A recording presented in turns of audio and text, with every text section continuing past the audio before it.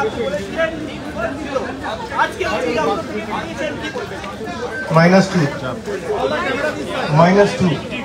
আগে 0 ছিল, আজকে -2 আরো 2 নম্বর কমলো। কেন সেটা আগামী দিন প্রমাণ হবে। আমি যেটা বারবার বলেছি যে সময় নষ্ট, তাদেরও সময় নষ্ট যারা ইডির দপ্তরে কাজ করছে, তাদেরকে আমি দোষ দিই না, তারা তাদের কাজ করছে।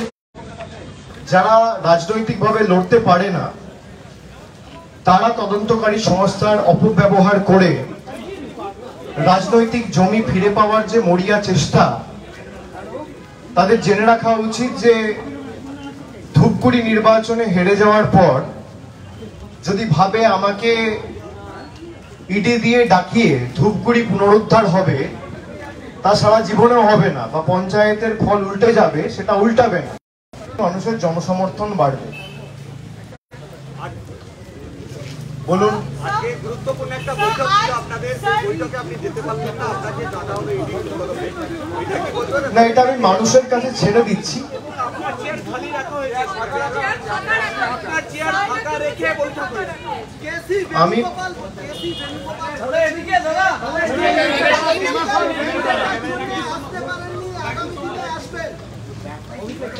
আচ্ছা, এই রিলেটেড আর কারো কোনো প্রশ্ন রয়েছে? আমি একবারে নিয়ে নিচ্ছি। কেসি বেণুগোপাল যখন বলছেন তখন রাজ্যের কংগ্রেস এবং সিপিএম তারা কিন্তু অন্য কথা বলছে। আমি প্রথমেই বলি যে আপনারা জানেন যে বম্বেতে শেষ যে বিরোধী দলের বৈঠকটি হয়েছিল, সেখানে একটা সমন্বয় কমিটি বা সিট শেয়ারিং বা কোঅর্ডিনেশন কমিটি তৈরি হয়। সেখানে তৃণমূল সহ 14টা দলের প্রতিনিধির জায়গা হয়েছিল এবং 14 জন প্রতিনিধি নিয়ে সেই কমিটি তৈরি হয়েছিল। আমি একজন প্রতিনিধি ছিলাম। সেই কমিটিতে আমার দলের তরফ থেকে আমার নাম মনোনীত করা হয় এবং সব দল ছেড়ে দিয়ে বেছে বেছে কাকে ইডি নোটিশ দেওয়া হলো, আমাকে। যাই হোক, দিয়েছে, ভালো করেছে, কোনো অসুবিধা নেই। কিন্তু কবে দিল? যেদিনকে বৈঠক রয়েছে। বৈঠক রয়েছে 4টের সময় দিল্লিতে। মানে সে বৈঠক যদি আমি পৌঁছাতে চাই বা বৈঠকে যদি আমি অংশগ্রহণ করতে চাই, আমাকে 2টোর মধ্যে দিল্লি পৌঁছাতে হবে। আর আমাকে ইডির কলকাতা অফিসে ডেকে পাঠালো একই দিনে সকাল 11:30। 13 তারিখ না ডেকে যদি 14 তারিখ ডাকতো, আমি বৈঠক করতে পারতাম। যদি 12 তারিখ ডাকতো, আমি বৈঠকে থাকতে পারতাম। যদি 15 তারিখ ডাকতো বা 16 তারিখ ডাকতো, আমি বৈঠকে থাকতে পারতাম। কিন্তু আজকে ডাকার ফলে এটা স্পষ্ট যে ভারতীয় জনতা পার্টি দেখে দেখে কোন রাজনৈতিক দলের প্রতিনিধিকে আটকেছে, বেছে বেছে তৃণমূল কংগ্রেসের প্রতিনিধিকে আটকেছে। তার মানে এটা স্পষ্ট যে ইন্ডিয়া জোট বা এই সমন্বয় কমিটি বা বিরোধী জোট গঠনে তৃণমূল কংগ্রেসের ভূমিকা কি, এবং শুধুমাত্র তৃণমূল কংগ্রেসকেই এরা রুখতে চায় তদন্তকারী সংস্থার নামে সামান পাঠিয়ে, নোটিশ পাঠিয়ে। এটা কার্যত আজকে আরেকবার স্পষ্ট হয়ে গেল।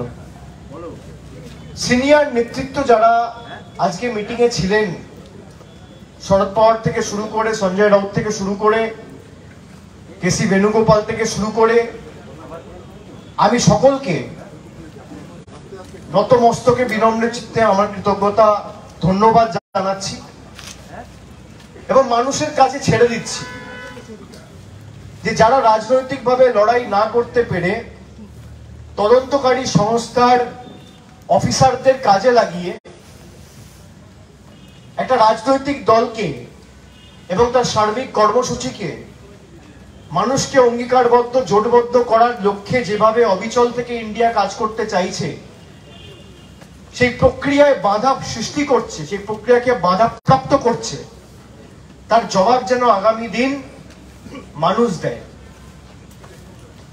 আমি অনুরোধ করব সবাইকে, বিশেষ করে তৃণমূল কংগ্রেসের সর্বস্তরের প্রতিনিধি, কর্মী, সমর্থকদের, যে লড়াইয়ের প্রতি আমরা আরো অঙ্গীকারবদ্ধ হব।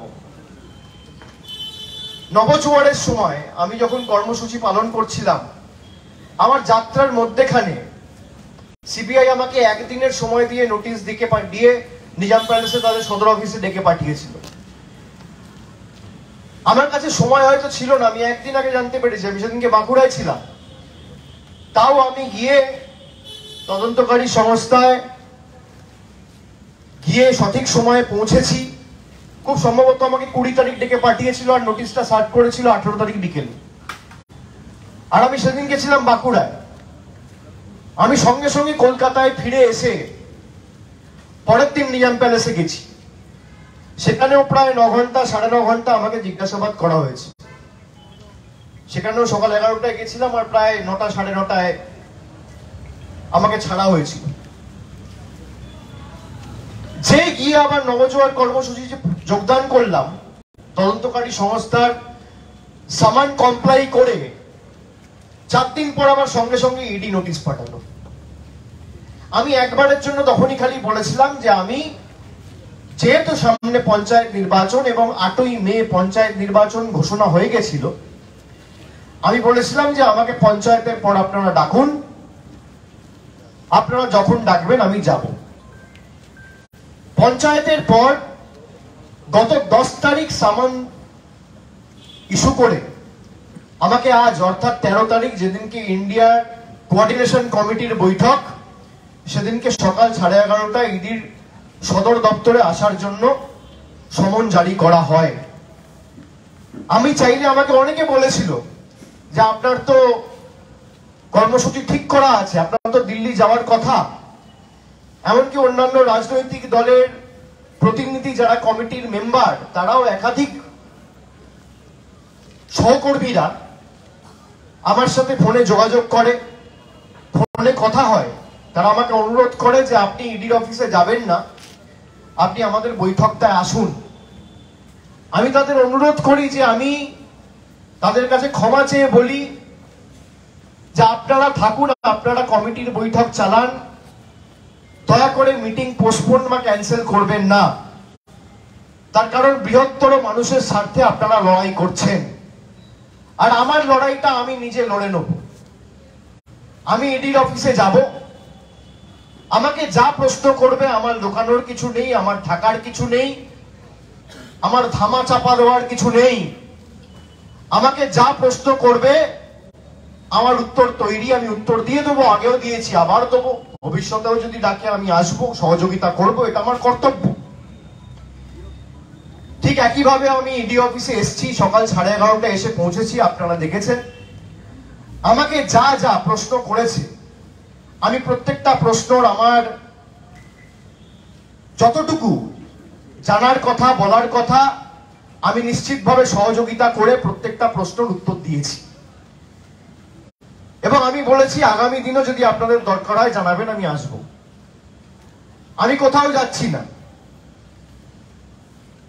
আর 9 ঘন্টার জায়গায় যদি আপনি ভাবেন যে 24 ঘন্টা জেরা করে অভিষেক বন্দ্যোপাধ্যায়ের মেরুদণ্ড বিক্রি হয়ে যাবে, আমাকে টানা 48 ঘন্টা জেরা করলেও বা 72 ঘন্টা জেরা করলেও বা 96 ঘন্টা জেরা করলেও আমার এতটুকু কিছু যায় আসে না। তার কারণ আমরা বারে বারে বলে এসেছি, আবার বলছি, আর যাই হোক, বাংলার মানুষ নিজের মেরুদণ্ড দিল্লির নেতা বা বহিরাগতদের কাছে বিক্রি করতে জানে না। আমরা আত্মসমর্পণ করতে জানি না, আমরা বশ্যতা স্বীকার করতে জানি না। তদন্তকারী সংস্থার কাজ করবে। কিন্তু আজকে আমি যদি জিজ্ঞেস করি, গত জুলাই মাসে 2022 সালের 22শে জুলাই খুব সম্ভবত, বা 23শে জুলাই পার্থ চ্যাটার্জি অ্যারেস্ট হয়েছে। প্রায় 14 মাস হয়ে গেছে। আপনি বলুন কি হয়েছে? সারদায় সিবিআই ইনভেস্টিগেশন করছে, ইডি ইনভেস্টিগেশন করছে। 9ই মে 2014 সালে সুপ্রিম কোর্ট অর্ডার দিয়েছিল সিবিআই ইনভেস্টিগেশনে। 2014 থেকে আজ আমরা 2023 সেপ্টেম্বর, 9.5 বছর হয়ে গেছে, এখনো ট্রায়াল শুরু হয়নি। নারদা 2016-তে হয়েছে, 2017-তে হাইকোর্ট অর্ডার দিয়েছে সিবিআই এনকোয়ারি। 6 বছর 7 বছর ধরে সিবিআই এনকোয়ারি হয়েছে। যারা মেরুদণ্ড বিক্রি করে অন্য জলে চলে গেছে, তাদের গ্রেপ্তার করা তো দূরের কথা, তাদেরকে একবার ডেকে পর্যন্ত পাঠায়নি। এই যদি তদন্তকারী সংস্থার ভূমিকা হয়, ভারতবর্ষের প্রধানমন্ত্রী কথায় কথায় যখন 2012 সালে গুজরাটের মুখ্যমন্ত্রী ছিলেন তখন তিনি বলতেন সিবিআই মানে হচ্ছে Congress bureau of investigation. CBI credibility নিয়ে প্রশ্ন তুলতেন। আমি আজকে প্রশ্ন তুলতে চাই, এই কেন্দ্রীয় তদন্তকারী সংস্থার ক্রেডিবিলিটি কি আপনাদের নেতৃত্বে? 9 বছর ধরে একটা তদন্ত চলছে, তদন্তের নামে আপনারা দিনের পর দিন, মাসের পর মাস, বছরের পর বছর লোককে জেল কাস্টাডিতে রাখছেন, হেফাজত চাইছে। সেন্ট্রাল গভর্নমেন্টের লয়ার, কাউন্সিলরা গিয়ে কোর্টে প্লিড করছে। আমি আজকে আপনাকে জিজ্ঞেস করতে চাই, প্রায় 9 বছর ধরে সুদীপ্ত সেন কাস্টাডিতে কটা লোক সারদার টাকা ফেরত পেয়েছে? প্রায় 14 মাস ধরে পার্থ চট্টোপাধ্যায় জেলে। আপনি বলুন কি সুরাহা হয়েছে? কে ন্যায় বিচার পেয়েছে এই তথাকথিত শিক্ষা দুর্নীতিতে? এই যে অ্যালেক্স স্কুল এডুকেশন স্ক্যাম কথাটা ব্যবহার করা হচ্ছে, কে বিচার পেয়েছে? আমাদের কাছে এটা অত্যন্ত বেদনাদায়ক, দুর্ভাগ্যজনক যে যাদেরকে টিভির পর্দায় ক্যামেরার সামনে হাত পেতে ঘুষ নিতে দেখা যায় বা টাকা নিতে দেখা যায়, তাদের জন্য কোনোদিন হাইকোর্ট মন্তব্য করে না যে এদেরকে ডাকা হচ্ছে না কেন। যার বিরুদ্ধে কিছু নেই, খালি তাকে রাজনৈতিকভাবে লড়াই না করতে পেরে তাকে তদন্তকারী সংস্থাকে দিয়ে হেনস্থা করার জন্য কেউ কেউ কি ভূমিকা নিয়েছে আমি তাদের নাম না নিয়েই বা বলবো। মহামান্য বিচারপতির একটা নির্দেশ ছিল যে অভিষেক বন্দ্যোপাধ্যায়কে ডেকে পাঠানো। তদন্তকারী সংস্থা ডেকেছে, আমি এসছি, কোঅপারেট করেছি। আমি অনুরোধ করব তদন্তকারী সংস্থাকে যে আমার স্টেটমেন্ট সেই বিচারপতির সামনে জমা করা হোক, বা অন্য কোঅর্ডিনেট বেঞ্চে যেখানে মামলা চলছে সেখানে আমার স্টেটমেন্ট জমা করা হোক। আমি ইডির অফিসের বাইরে দাঁড়িয়ে ইডিকে চ্যালেঞ্জ করে যাচ্ছি যে আমি যে স্টেটমেন্ট আজকে দিয়েছি, আগামীকাল মামলার হিয়ারিং আছে, আপনি সেই বেঞ্চে বা তার কোঅর্ডিনেট বেঞ্চে আমার স্টেটমেন্ট জমা করুন যে আমি কি বলেছি। আর আমি তো প্রথম দিন থেকে যা বলছি আমি আজও একই কথা বলছি। এই এতক্ষণ ধরে আপনারা দাঁড়িয়ে আছেন, আমি মাঝে মাঝে ভাবি এত গরমের মধ্যে বৃষ্টি পড়ছে তাও আপনারা আপনাদের কাজ করছেন। আর ইডি সিবিআই প্রত্যেক 2 মাস 3 মাস 4 মাস অন্তর অন্তর একটা প্রথার মতো হয়ে গেছে। যখনই নির্বাচন আসবে, পঞ্চায়েত নির্বাচনের সময় ডাকা, এখন যেহেতু ধূপগুড়িতে হেরেছে, পঞ্চায়েত নির্বাচনে গোহারা হেরেছে, তাই ডেকে হেনস্থা করা। আবার দেখবেন 3-4 মাস পরে কোন একটা নির্বাচন আসবে বা লোকসভা এগোবে, তারপর আবার ডাকাডাকি শুরু হবে। এটা প্রচলিত প্রথার মতো হয়ে গেছে এবং নির্যাস শূন্য। কোন দোষী শাস্তি পেয়েছে বা আলটিমেটলি কেউ ন্যায় বিচার পেয়েছে বা ন্যায় বিচার যার পাওয়ার কথা, তাকে ন্যায় বিচার পাওয়ার ক্ষেত্রে সদার্থক বা ইতিবাচক ভূমিকা সিবিআই বা ইডি পালন করেছে আপনি দেখাতে পারবেন না। টাইম বাউন্ড ইনভেস্টিগেশন হোক না, একটা কেস 10 বছর ধরে চলছে, তার ট্রায়াল শুরু হয়নি। আপনি ভাবতে পারছেন? সারদা হয়েছিল 2012, 13, 14 অর্ডার হয়েছে, 23-এ ট্রায়াল শুরু হয়নি। তার মানে এডুকেশন স্ক্যামের ট্রায়াল শুরু হতে হতে 2034, 35, 36। আপনি বিচার পাবেন কোত্থেকে? আর কেউ যদি বিজেপিতে চলে যায়, সে ধোয়া তুলসী পাতা, 7 খুন মাপ, সে যাই করুক। আমি তো সিবিআই দপ্তর থেকে যখন বেরিয়েছিলাম মে মাসে, আমি বলেছিলাম আমাকে নাম ধরে ধরে প্রশ্ন করা হয়েছে, আপনারা এই ভদ্রলোককে চেনেন কি, আপনি এই ভদ্রলোককে চেনেন কি চেনেন না। তার মধ্যে 90% নাম ছিল মুর্শিদাবাদ আর পূর্ব মেদিনীপুর জেলার। আপনি দেখাতে পারবেন একজনকে গ্রেপ্তার করেছে। এডুকেশন স্ক্যাম যদি হয়ে থাকে, কাদের মারফতে কোন এজেন্টরা কার অব্দি টাকা পৌঁছেছে এবং কি করে মেধাবী ছাত্রছাত্রীরা তারা কর্মে যোগদান করতে পারে, সেটা সুনিশ্চিত করা উচিত ইডি সিবিআই এর।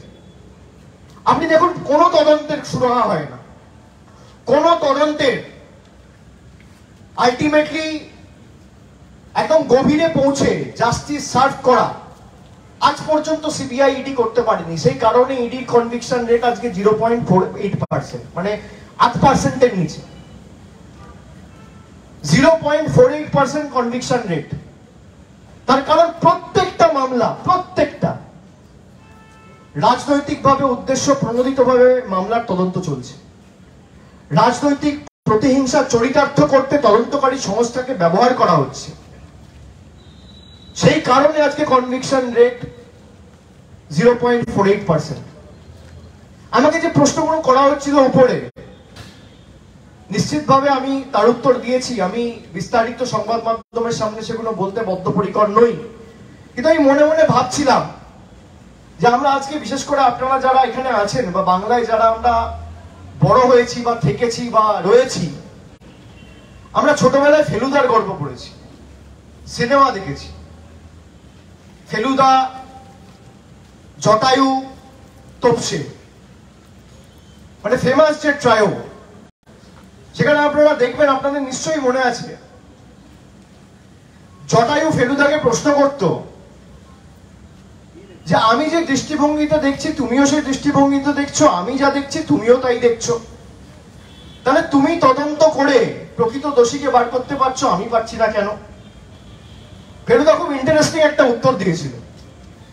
ফেলুদা বলেছিল, তোমার সাথে আমার তফাৎটা দৃষ্টিভঙ্গিতে, আমি যা দেখছি তুমিও তাই দেখছো, কিন্তু দৃষ্টিভঙ্গির তফাৎ এতটুকুই, আমি আগে অপরাধ দেখি, তারপর অপরাধী খুঁজি, আর তুমি মনে মনে আগে ঠিক করে নাও যে অপরাধীটা কে, তার উপর অপরাধ জোর জবরদস্তি চাপিয়ে দিতে চাও। এটা ফেলুদা জটায়ুকে বলছে। ইডি আর সিবিআই এর তদন্ত পুরোপুরি জটায়ুর মতো। এরা আগে থেকে অপরাধী ঠিক করে নেয় মনে মনে, যে এই ভদ্রলোক বা এই ভদ্রমহিলা বা এই লোক বা এই যুবক বা এই যুবতী, এর মাথার উপর চাপিয়ে দিতে হবে, তারপরে অপরাধ সাজানোর চেষ্টা করে। সেই জন্য কোনোদিন সুরাহা হয় না। আর আমি তো চ্যালেঞ্জ করেছি, আমি আজও বলছি, আমার বিরুদ্ধে কিছু থাকলে আপনি ফাঁসির মঞ্চ তৈরি করুন, আমি গিয়ে মৃত্যুবরণ করবো। 2020-তে বলেছিলাম, 21, 22, 23, 24, 25, 26 যতদিন বাঁচবো একই কথা বলবো। অভিষেক বাবু, একটাই প্রশ্ন, আপনি বলেছিলেন প্রতিশ্রুতি দিয়ে প্রতিশ্রুতি রাখার নাম, দলের নাম তৃণমূল কংগ্রেস। আপনি 1 বছর আগে এসএলএসটি চাকরি প্রার্থীদের প্রতিশ্রুতি দিয়েছিলেন, আজও তারা রাস্তায়। 2016 সাল থেকে 2023 সাল 24 সাল সবাই রাস্তায়, সবাই আপনি ছিলেন সেই মিটিংয়ে? তারা তো বলেছেন, আপনি ছিলেন সেই মিটিংয়ে? তারা বলেছে আমি প্রতিশ্রুতি দিয়েছি আমি চাকরি দেবো, আমি চাকরি দেওয়ার অথরিটি। আপনি সাংবাদিকতা করেন, আপনার এতটুকু বুদ্ধি নেই চাকরি দেওয়ার অথরিটি আমি? আপনি তো মিটিং করেছিলেন। মিটিং করেছি মানে প্রতিশ্রুতি দিয়েছি? আপনি তো দিয়েছিলেন। আমি প্রতিশ্রুতি দিলে, শুনুন, আমি প্রতিশ্রুতি দিলে সামনাসামনি দিই, সংবাদ মাধ্যমের সামনে দিই। ধূপগুড়িতে প্রতিশ্রুতি দিয়েছিলাম, পালন হয়েছে? 2021 সালে পালন হয়েছে? 2021 সালে ডবল ডবল চাকরি আপনি প্রতিশ্রুতিতে এসেছিল তৃণমূল কংগ্রেসের তরফ থেকে। আমি বলেছিলাম ডবল ডবল চাকরি? তৃণমূল সুপ্রিমো বলেছিলেন ডবল ডবল চাকরি। চাকরি হচ্ছে না? চাকরি প্রার্থী আপনি তাহলে বাংলা চাকরি করছেন কোথেকে? আপনার চ্যানেল, আপনার চ্যানেল গুজরাটে কেন খুলতে পারেনি? গুজরাটে চাকরি নেই, বাংলায় সংবাদ মাধ্যম খুলেছেন কেন? বাংলায় চাকরি আছে বলে চাকরি পেয়েছেন। রিপাবলিক বাংলা, রিপাবলিক গুজরাটি হয়নি কেন? রিপাবলিক মধ্যপ্রদেশ হয়নি কেন? যেদিনকে হবে সেদিনকে কথা বলবেন। বাংলায় সুযোগ রয়েছে, বাংলায় সুযোগ রয়েছে বলে আপনি চাকরি পাচ্ছেন, ঠিক আছে?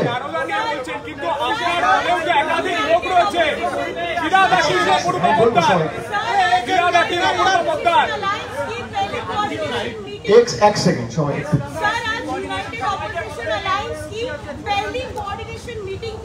आप भी उस कमेटी के मेंबर हैं। आज आपको समन किया गया था ईडी की तरफ से, जो वहाँ पर मेंबर्स बाकी पहुंचे थे कमेटी के, उन्होंने आपकी रिस्पेक्ट के लिए और सॉलिडारिटी एक्सप्रेस करने के लिए आपकी चेयर खाली रखी थी और कोऑर्डिनेशन कमेटी की बैठक हुई। कैसे आज ही के दिन आपको समन किया गया? অভিষেক এর সঙ্গে যোগ করে দিই 13টি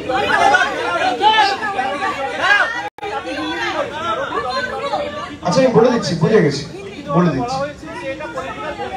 पहली बात तो ये है कि मैं सबका बहुत बहुत आभारी हूँ, क्योंकि जो भी ये स्टेटमेंट दिया है या मेरे साथ सॉलिडरिटी एक्सप्रेस किया है वो बहुत सीनियर लोग हैं, बहुत बुजुर्ग लोग हैं और बहुत दिन का अनुभव है उनका राजनीति में। चाहे वो शरद पवार साहब हो या संजय राउत जी हो या केसी वेणुगोपाल हो जो कांग्रेस का प्रतिनिधि है, या आपका राघव चड्ढा हो, या जितने भी राजनीतिक दल के वहां पे मेंबर्स थे, मैं सबका शुक्रगुजार हूं। बट मैं खुश हूं कि आज बैठक हुआ और भारत का हित में ये बैठक हुआ। और क्या बात हुआ क्या नहीं हुआ ये तो मुझे पता नहीं है, मैं अभी निकला हूं, मैं जरूर उनसे बात करूंगा। और मैं यही कहना चाहता हूं कि आने वाला दिन में ये लड़ाई जारी रहे और सर झुकाने में से हम लोग नहीं हैं। और आप इतना देखिए कि जो 14 मेंबर कमेटी बना है उसमें बीजेपी की तरफ से, ईडी की तरफ से नोटिस किसको आया? खाली तृणमूल को आया, मुझे आया, और कोई पार्टी को नहीं गया। मैं किसी को लेस इंपॉर्टेंट या लेस सिग्निफिकेंट प्रूव करने का कोशिश नहीं कर रहा हूं। मैं ये कह रहा हूं कि ये साबित करता है कि तृणमूल का भूमिका या रोल इस ऑपोजिशन अलायंस को फोर्ज करने में कितना महत्वपूर्ण है। So it is a testament to the fact that the kind of role Trinamool Congress has played in the last few months to forge this opposition alliance and to make sure that every party has come together irrespective of their political differences and keeping their egos and differences aside. And I thank each one of them for expressing solidarity in my favor and standing beside me in these trying times. Sir, do you think it's a political vendetta because you have been called today by the ED? Otherwise they would have called me tomorrow. I'm not going anywhere. See, I could have taken this excuse of going to Delhi and skip today's summon. But I am someone who is committed to the principles of accountability and transparency of politics. And I don't want to use this as a excuse to evade the investigation. I don't want to use the excuse of going to Delhi to evade the investigation. I have done my duty. I have come to the ED office, joined the investigation, face the questions, answer to the best of my abilities to the questions that were asked to me. And eventually I have also assured them that every time they called me, I will come and answer and cooperate with the probe and the investigating agencies and the officers to the best of my understanding and abilities. একটা হচ্ছে আপনি যখন কেসি বেণুগোপাল যখন এটা বলছেন যে political vendetta আপনাকে নিয়ে, বা ডি রাজা ওখানে মিটিং আছে, সেখানে রাজ্যের এখানে কংগ্রেস এবং সিপিএম ঠিক উল্টো কথা বলছে, এটা কেন? মানে এই দুটো দেখুন, কেসি বেণুগোপাল হচ্ছে কংগ্রেসের জেনারেল সেক্রেটারি, খুব সম্ভবত ইনচার্জ অফ অর্গানাইজেশন। এবার সে এক কথা বলছে, এখানে নেতৃত্ব এক কথা বলছে, যেটা আপনি বলছেন আমি এখনো পর্যন্ত দেখিনি, আমি জানিও না, আমি তো ভিতরে ছিলাম। আমি তদন্তকারী সংস্থার অফিসারদের সাথে তদন্তে সহযোগিতা করা আমার সীমাবদ্ধ এখতিয়ার অনুযায়ী চেষ্টা করেছি, সুতরাং বাইরে কি হয়েছে কি না হয়েছে আমি জানি না। কিন্তু যদি এটা হয়ে থাকে এটা তাদের দলের অভ্যন্তরীণ ব্যাপার, আমি কি বলতে পারি এটা নিয়ে। তারা যদি তাদের পার্টির লিডারশিপকে ডিফাই করে, এটা তো আমার কিছু করার নেই। এতে কংগ্রেসের দলীয় শৃঙ্খলা কোথায় সেটা কংগ্রেস ন্যায় বিচার করুক, আমি কি বলতে পারি। যদি তৃণমূলের হতো তাহলে আমি উত্তর দিতে পারতাম, তৃণমূলের তো হয়নি। সিপিএম এর হলে সিপিএম উত্তর দেবে, কংগ্রেসের হলে কংগ্রেস উত্তর দেবে। কয়েকদিন আগে ইডির তরফে একটা প্রেস রিলিজ জারি করা হয়েছে, একটা কনফিউশন তৈরি হয়েছে যে আপনি সিইও লিপস এন্ড বাউন্ডারি, এটা কনফিউশন একটু ক্লিয়ার করে দিন। এক দ্বিতীয় এই বিষয় নিয়ে আমি বলছি, আমাকে যা প্রশ্ন করেছে আমি ভিতরে উত্তর দিয়ে এসেছি, এবং যেহেতু আমি উত্তরগুলো দিয়েছি, আমি এই বিষয় নিয়ে কোনো মন্তব্য সাংবাদিকদের সামনে করব না। আমি এখনো ওই পদে আছি এবং আমি আবার দায়িত্ব নিয়ে বলছি, আপনাদের মধ্যে বেশ কিছু সংবাদ মাধ্যম এমন করে একটা হাওয়া তৈরি করছেন যে লিপস এন্ড বাউন্ডসে এসএসসি দুর্নীতির টাকা ঢুকেছে। 10 পয়সা প্রমাণ করুন, 10 পয়সা প্রমাণ করতে হবে। আমি দায়িত্ব নিয়ে বলছি 10 পয়সা, কারণ একই প্রশ্ন, এই লিপস এন্ড বাউন্ডসের আজকে যে প্রশ্নগুলো করা হয়েছে, আমাকে 2 বছর আগে একই প্রশ্ন করা হয়েছে। একই প্রশ্ন আপনি কয়লা দুর্নীতিতে করছেন, একই প্রশ্ন আপনি ক্যাটেল স্ক্যামে করছেন, একই প্রশ্ন আপনি এসএসসি স্ক্যামে করছেন। মানে আপনারা দেখাতে চাইছেন যে প্রসিডস অফ ক্রাইম, একটাই টাকা 3টে কেসে জড়িত। এটা তো হতে পারে না। একটা সন্তানের 3টে মা হতে পারে না, একজনের গর্ভ থেকেই তো জন্মাবে। এটা তেমনই ব্যাপার। আপনি একটা পেমেন্ট বা একটা ট্রানজাকশন, সেটা আপনি কখনো কয়লায় করাতে চাইছেন, কখনো গরুতে করাতে চাইছেন, কখনো এসএসসিতে করাতে চাইছেন। So basically it's like shooting in the dark, ঢিল মেরে দেখা, যেটা আমরা বাংলায় বলি। কিন্তু 10 পয়সার দুর্নীতি আমি আজও বলছি ইডিকে প্রমাণ করতে হবে, এবং যদি প্রমাণ করতে চায় তাহলে ট্রায়াল শুরু করতে হবে। যে তদন্তকারী সংস্থা 10 বছরে একটা ট্রায়াল শুরু করতে পারে না, তার ক্ষমতা বা তার দক্ষতা বা সে কতটা পরীক্ষিত সেটা নিয়ে বড় একটা প্রশ্নচিহ্ন রয়েই যায়।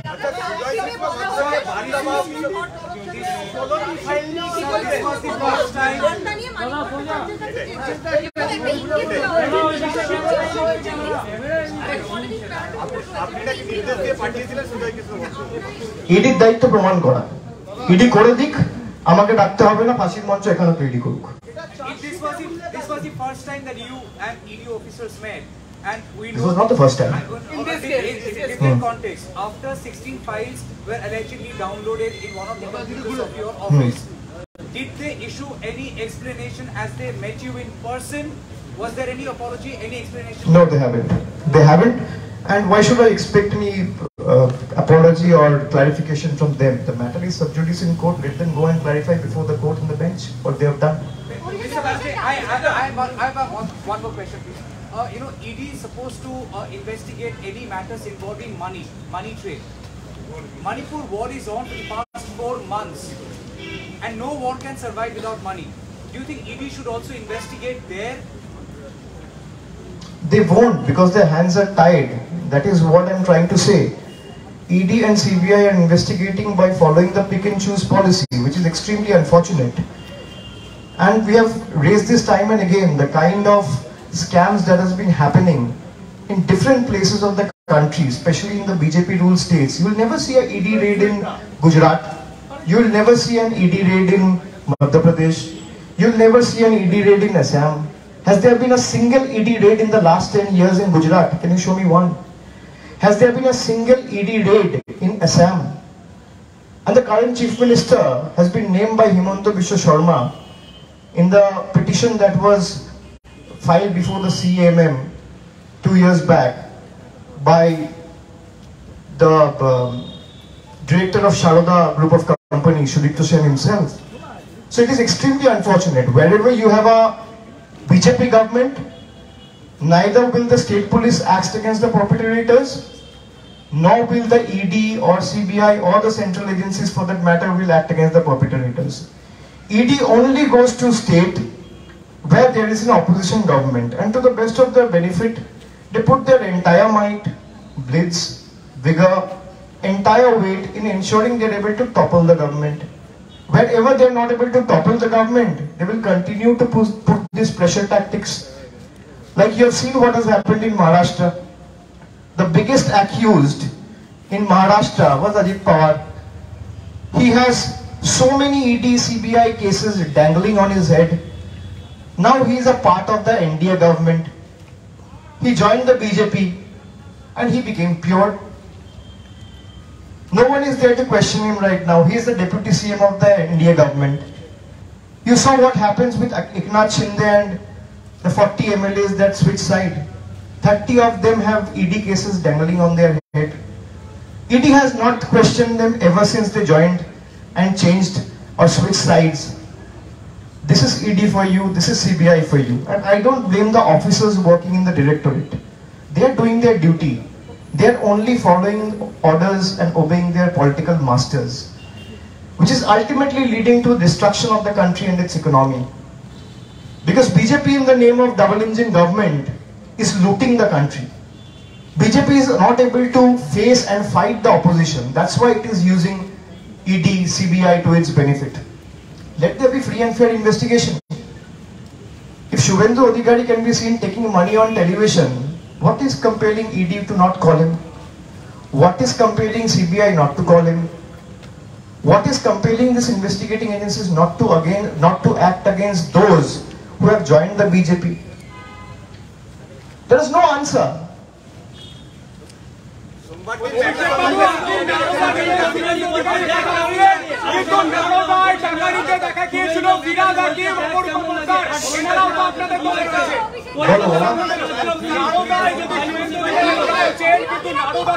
আমি আমাদের দলের যারা আছে সবাইকে অ্যারেস্ট করা হোক, শুভেন্দু অধিকারীকে দিয়ে শুরু করা হোক। আমি টুইট করেছি, দেখে নিও। এটা নিয়ে 1 ঘন্টা শো করো তোমার চ্যানেল। যে অভিষেক ব্যানার্জি বলেছে যে যারা নারদায় অভিযুক্ত, এফআইআর নেম অ্যাকিউজড, তাদের তোলা হোক, শুভেন্দু অধিকারীকে দিয়ে শুরু করা হোক। তুমি কথা বোঝো বাংলা? নামটা দিয়েছো রিপাবলিক বাংলা, বাংলা কথা বোঝো না? আমি বলছি যারা ইনভলভড, এফআইআর নেম অ্যাকিউজড, যারা, সে তৃণমূল হোক বিজেপি হোক, তাদের সবার শাস্তি হোক, শুভেন্দু অধিকারীকে দিয়ে শুরু করা হোক।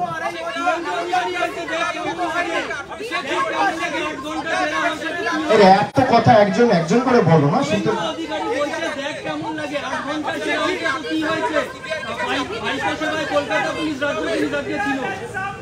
শুভেন্দু অধিকারী আজকে বলছে দেখ কেমন লাগে 8 ঘন্টা জেরা হয়েছে, কি হয়েছে? শুভেন্দু অধিকারী এবং তার ভাইকে বারবার হ্যারাসমেন্ট করা হয়েছে। কলকাতা পুলিশ, রাজ্য পুলিশ আজকে ভাইপো সেবা। ওকে বললাম ধূপগুড়িটা ভাল লেগেছে? আমি যদি বলি ধূপগুড়ি ভাল লেগেছে, দেখ কেমন লাগে। আমি তদন্তকারী সংস্থা ব্যবহার করে দেখ কেমন লাগাতে চাই না, আমি রাজনৈতিকভাবে হারিয়ে দেখ কেমন লাগাতে চাই।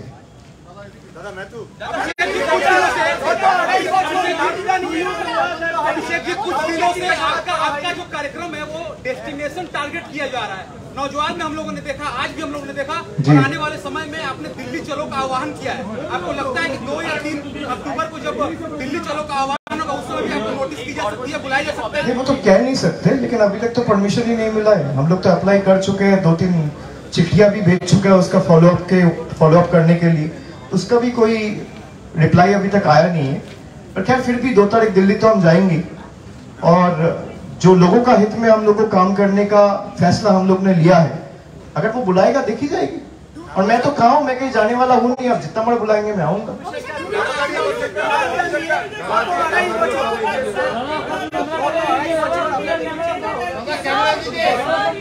अरे প্রশ্নটা তো শুনি, তারপর তো ক্যামেরার দিকে। জিজ্ঞাসাবাদ করা হয়নি, হঠাৎ ভোটের আগে ম্যাথিউ স্যামুয়েলকে 2.5 বছর পর আবার সোমবার দিন 10:30 আসতে পারে সিবিআই। আর সেটা আমি সংবাদ মাধ্যমে দেখলাম, খুব সম্ভবত গতকাল আপনারা ব্রেক করেছেন। এটা কি হবে? আলটিমেটলি 0।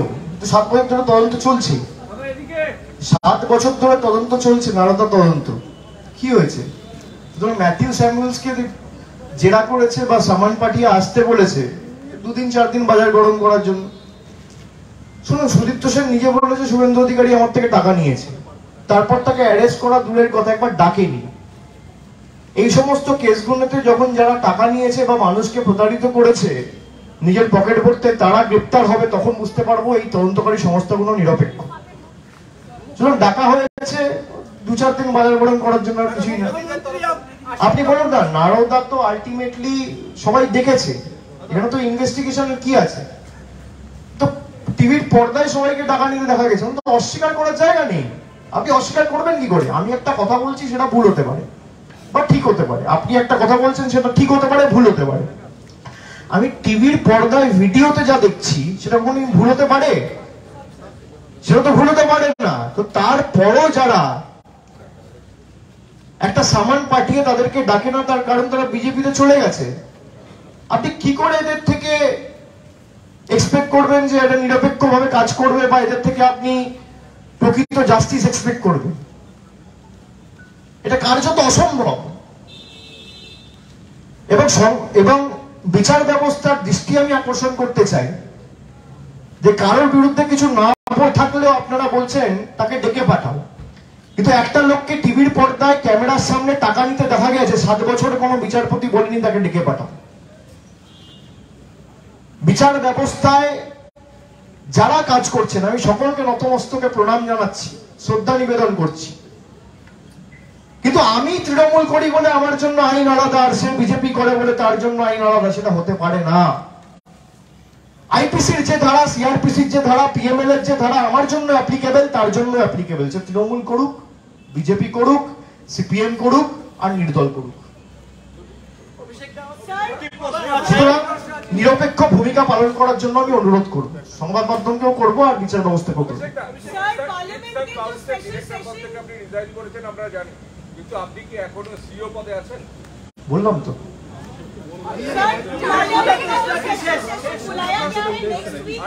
जी सॉरी, पार्लियामेंट का जो स्पेशल सेशन बुलाया गया है नेक्स्ट वीक, उसमें जो बिजनेस दिया गया है उसमें कहा गया है कि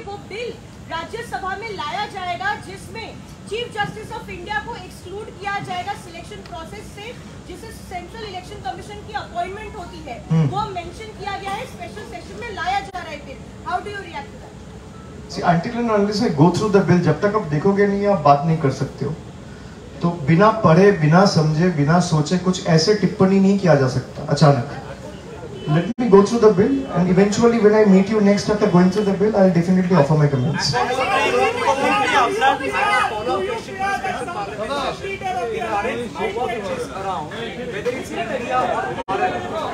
This is nothing, I'm telling you, this is just a distraction orchestrated by the BJP to divert and shift attention from the pertinent issues. From the pertinent issues, like price rise. I've been saying this time and again. This entire India versus Bharat narrative and the discourse that BJP is trying to create, they are just trying to create it to make sure that the population or the populace at large is engaged in this debate and they ignore the more pertinent issues in the country, like price rise, like inflation, like communal hatred, like India's economy in shambles. These are the more like border disputes. China has released a map which has subsumed almost 95% of Arunachal Pradesh. Is BJP discussing? They boast about nationalism, that they are the biggest nationalist in the country. Have you seen the Prime Minister uttering a word? They are not uttered a word. And when are you, this is the same government who gave an affidavit 4 years back before the Supreme Court that we cannot change the name of India to Bharat. Now they are very conveniently using Bharat just because opposition alliance have been named as India.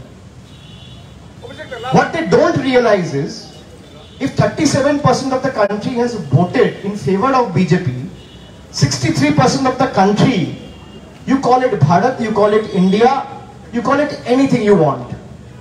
But the fact remains that 63% of the country, and this number will go bigger and higher in the days to come, have voted against you and will continue to vote against you. Will opposition regard the issue of Manipur once again be Bharat or be India? In India's Manipur and in Bharat? Definitely. Whatever is happening in Manipur is extremely unfortunate and we will definitely take it up. Our Chief Minister has written to the Home Minister when the incident started, when the entire hue and cry and the kind of torture that was unleashed on the people of Manipur actually unfolded, and we will definitely take it up in the next session as well if we are being given the proper opportunity.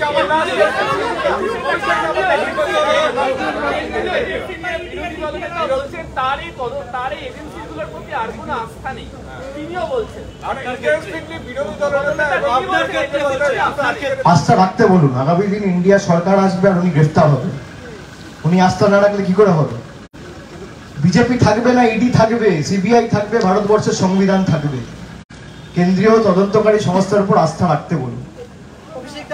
এতদিন আস্থা ছিল না, এবার আস্থা রাখতে হবে, কারণ এবার আর ইন্ডিয়া না, ইন্ডিয়া সরকার হবে।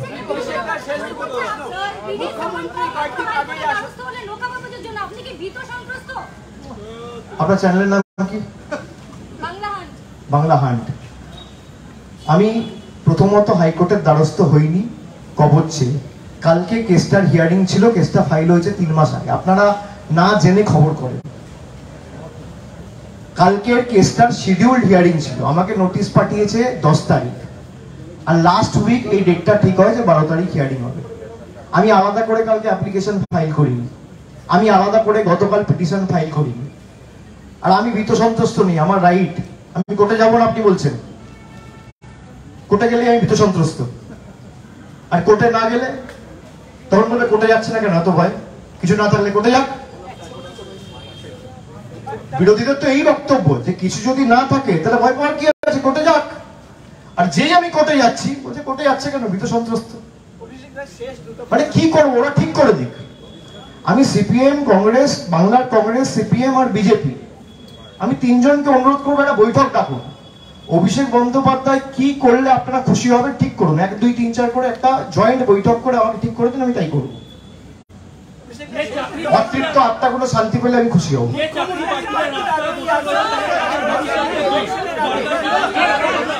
তাদের ভবিষ্যৎ সুনিশ্চিত করতে গেলে সিবিআইডি কে নিরপেক্ষভাবে কাজ করতে হবে। রাজ্য সরকারের হাত বাঁধা, তদন্ত চলছে, হাইকোর্টে মামলা সাবজুডিস। যদি তদন্ত ঠিক না হয় তারা কোনোদিন বিচার পাবে না। আর তদন্ত রাজনৈতিকভাবে প্রভাবিত, এটা অত্যন্ত দুর্ভাগ্যজনক। আমি এটাই এতক্ষণ ধরে বলছি বা আপনাদের বোঝানোর চেষ্টা করছি।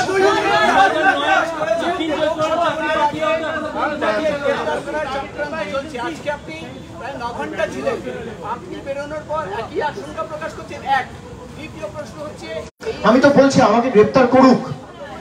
প্রথম কেন বলছি গ্রেপ্তার করুক, তার কারণ আমাকে যেই গ্রেপ্তার করবে আমার স্টেটমেন্টটা কোর্টে জমা দিতে হবে। কোর্টে যেই স্টেটমেন্টটা জমা দেবে স্টেটমেন্টটা পাবলিক হবে, দেখুক লোক যে আমি কোন ইনভেস্টিগেশনে গিয়ে কি বলেছি এবং কোথায় আমার বক্তব্যের কি ডিসক্রিপেন্সি রয়েছে। এবং আমি চ্যালেঞ্জ করে যাচ্ছি যে ক্ষমতা থাকলে, আপনার বুকে দম থাকলে আপনি আমায় গ্রেপ্তার করুন।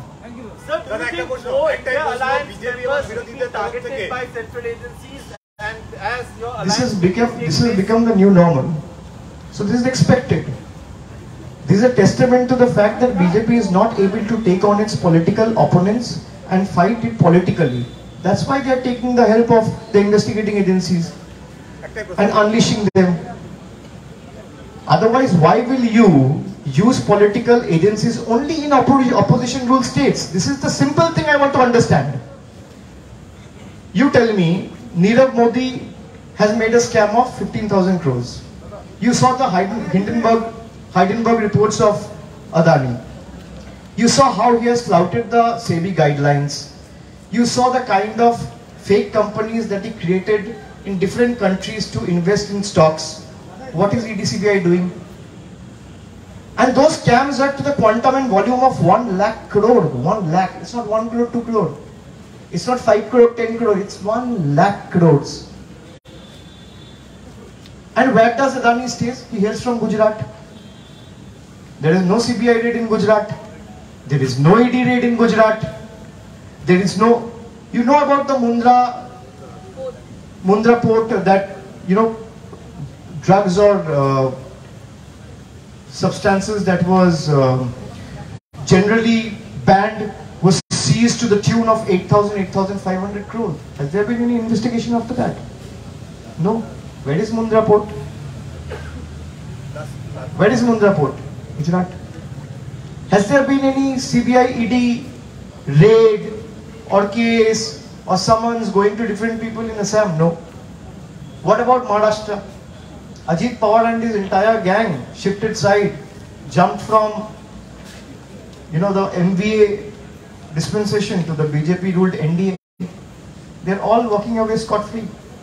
Nobody is there to question him. This is the plight of the country. This is the situation of the country. Anyone who has committed murders, crimes, any kind of irregularities, financial irregularities, you do whatever you want. Just go and join BJP. There will be no one to touch you. You will walk away scot-free. That is the new normal. And it's unfortunate. But having said that, I truly believe that eventually this precedence will end. Because ultimately in a democracy, it's not the political party or the organization who has the last word. It's the people of the country. So if 100 crore people decide unitedly that we will oust them from power and vote for a better government who will not talk about communal bigotry or communal,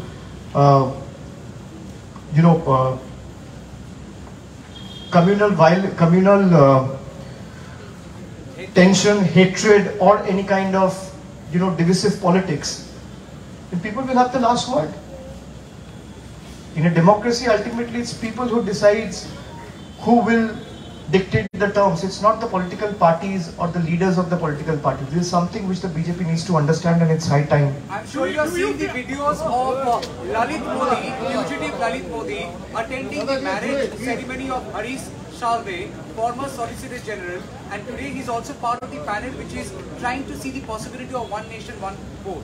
Unfortunate, what else can I say? You must have seen Mehul Choksi's red corner notice is cancelled, it's nullified. And he has looted the country to the tune of 20,000 crores. Where does he come from? Again, Gujarat. No CBI, no ED did nothing.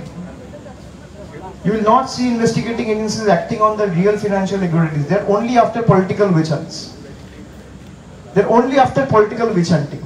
then only after opposition leaders to make sure that this keeps them busy and they're not able to concentrate on politics and play their or do their bit for the bigger role or the bigger battle ahead in 24. But come what may, we as a party or a member of the opposition or a member of the India Alliance, come what may, we will not budge an inch from the fight against these autocratic forces, and we will take it to the, we'll fight to the last drop of our blood in ensuring that they're ousted and they are paid back in their own medicine.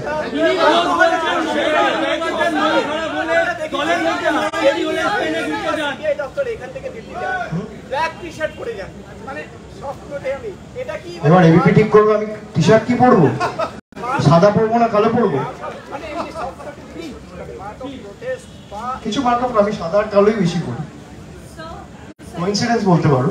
Mamata Bandyopadhyay মন খারাপ হলে দলের মধ্যে ঝামেলা হলে উনি স্পেনে ঘুরতে যান। দিলীপ ঘোষ বলছেন, দিলীপ ঘোষকে জিজ্ঞেস করুন ধূপগুড়িতে দেখা যায়নি কেন, কোথায় ছিল, প্রচার করেননি?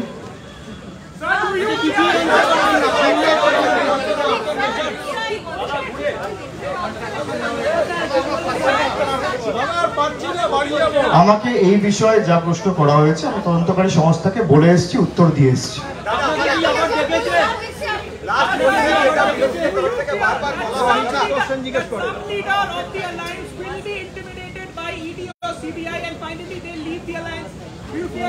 I'm not an astrologer, sir. How can I say? It depends on your might and metal. If you have it in you and you think that I will not bow down, come what may, you not bow down. And if you think that I will, ultimately succumb to the pressure or concede, you will concede. So I am not an astrologer. I can tell you about me. Even if they chop my throat, I will not bow down. I'm built differently. I'm not built like that. You do whatever you can, whatever might you have, you exert. Let's see, if I have to bow down, I'll bow before the power of the people. I'll not bow before the people in power. It's as simple as that.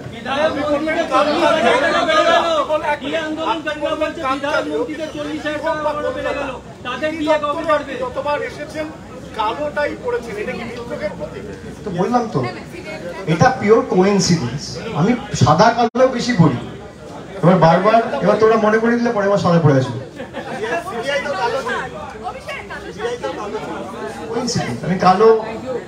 আমি কালোই বেশি পড়ি। তোমার আমার যে কটা জায়গায়, যে কোনো জায়গায় গেছি আমি দেখবে সাদা বা কালো আমি বেশি পড়ি, রং কম পড়ি।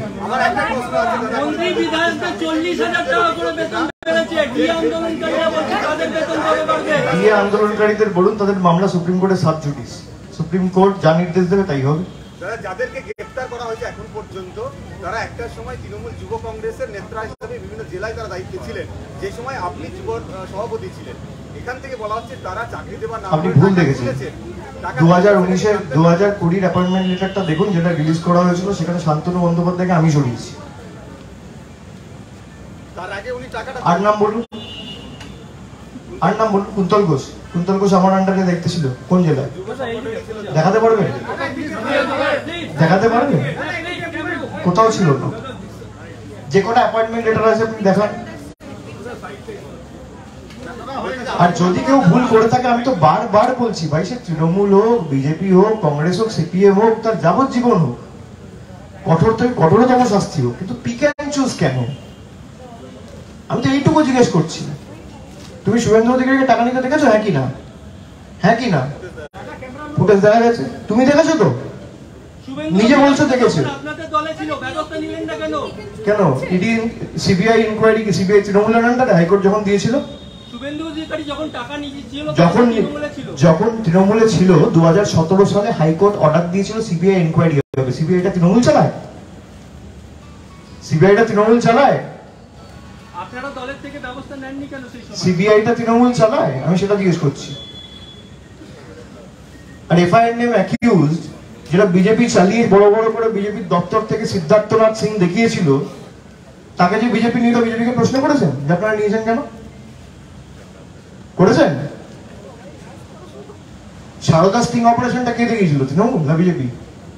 বিজেপি যখন দেখিয়েছিল, যখন অমিত শাহ পদলেহন করে হাঁটুতে হাত দিয়ে পায়ে হাত দিয়ে বিজেপি জয়েন করলো, তখন আপনি অমিত শাহকে জিজ্ঞেস করেছিলেন যে এফআইআর নেম অ্যাকিউজকে আপনি বিজেপিতে নিলেন কেন?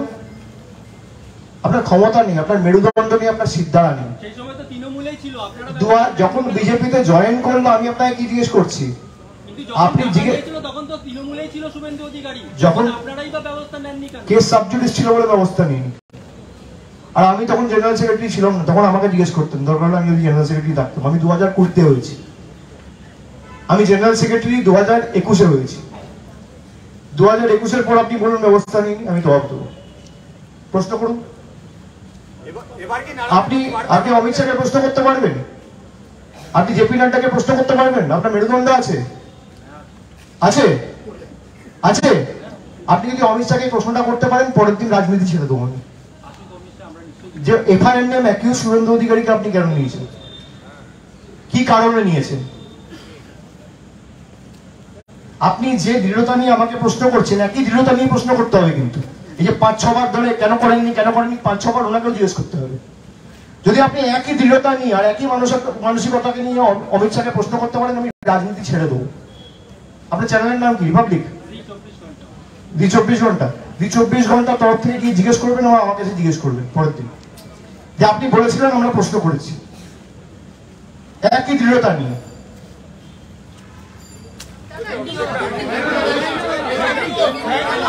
হ্যাঁ, তদন্ত ঠিক থেকে এগোচ্ছে না, এগুলো আপনি কিন্তু শুরু হতো। আরে 1 মাস 10 দিন 15 দিন ধরে তো তদন্ত হচ্ছে না, তদন্ত চলছে প্রায় 1.5 বছর। 1.5 বছরে কি হয়েছে? আর আপনি 1.5 বছর ছেড়ে দিন, যে তদন্ত 10 বছর ধরে চলছে তার কোনো শুরু হয়নি। আর ট্রায়াল না শুরু হলে আপনি কি করে বিচার পাবেন? ট্রায়াল না শুরু হলে আপনি তো বিচারই পাবেন না। আমি বললাম সেটা নিয়ে কোর্টে অলরেডি মামলা হয়েছে, ম্যাটার সাবজুডিস, সে নিয়ে আমি কিছু বলতে চাই না। আর এই বিষয়ে তদন্তকারী সংস্থার অফিসাররাও আমার সাথে কোনো রকম কোনো আলোচনা বা কথা বলেনি। সুজয় কৃষ্ণ বন্দ্র কালীঘাটের কাকু, তার একটা বক্তব্য ইন্টারভিউ প্রকাশনে হচ্ছে, তিনি ওখানে বলছেন যে অভিষেক বন্দ্যোপাধ্যায় আমার বস এবং তাকে কেউ ছুটতে পারবে না। এইটার ব্যাখ্যা যে বলেছে তাকে জিজ্ঞেস করুন। আপনার নাম? আমার নাম করেছে, কিন্তু যে বলেছে ছুতে পারবে না, এই যে ঢুকে বেরিয়ে এলাম, ছুতে পারলো? ব্যাখ্যাটা একটুই থাক। আমি তো এড়িয়ে যাচ্ছি না, আমি তো পালিয়ে যাচ্ছি না, আমি তো পাশ কাটিয়ে পালিয়ে যাচ্ছি না। আমি তো বলছি আমাকে যতবার ডেকেছে আমি এসেছি। আগের বছর এই সেপ্টেম্বর মাসে এখানে এসেছিলাম। কম করে সিবিআই ইডি অফিসে আস্তে আস্তে আপনাদের সবার সাথে দেখাতে হয় 2 মাস 3 মাস অন্তর অন্তর। প্রচলিত প্রথা হয়ে গেছে, আবার 2 মাস পর ডাকবে, 10 দিন পর ডাকবে, 3 মাস পর ডাকবে, আবার আসবে। নিশ্চিত সুজয় ভদ্রের বিরুদ্ধে যা আছে প্রমাণ দিক, কোর্টে কেস চলবে এবং কোর্টে চলছে, বিচারাধীন, নিশ্চয়ই রাজনৈতিক।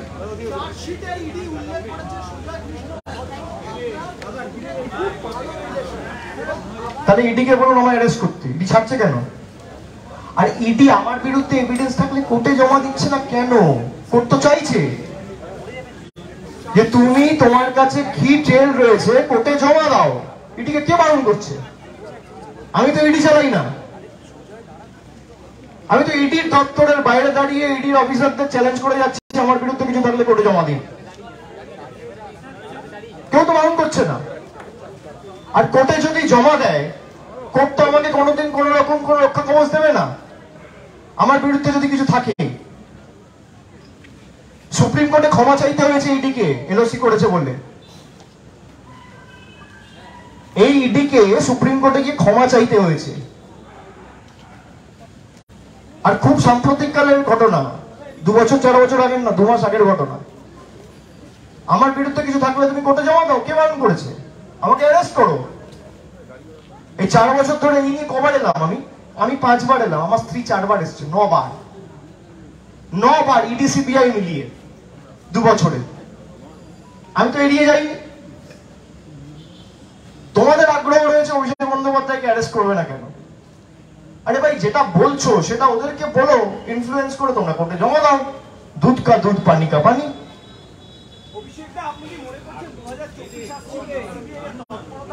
এই একই প্রশ্ন করে যাচ্ছে।